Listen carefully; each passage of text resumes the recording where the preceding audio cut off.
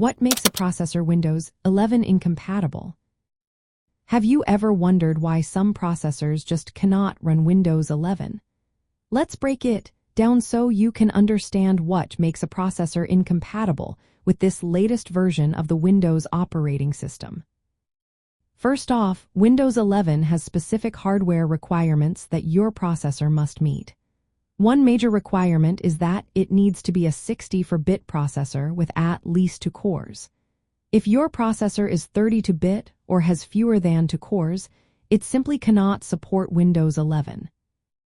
Next, not all processor models are created equal.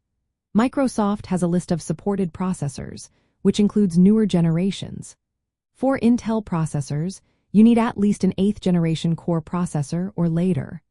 For AMD processors, you should have at least a 2nd-generation Ryzen processor.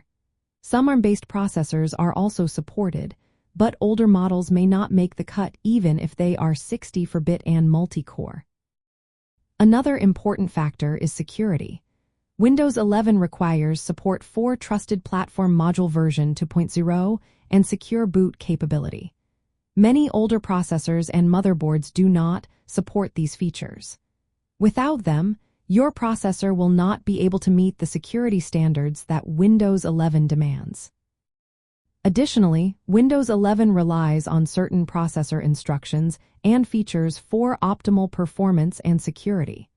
If your processor lacks these, like specific virtualization or encryption extensions, it will be deemed incompatible. Lastly, even if your processor is technically capable, it still needs compatible firmware and drivers. Windows 11 requires UEFI firmware instead of the older legacy BIOS. If your system does not support UEFI, you may run into issues when trying to upgrade.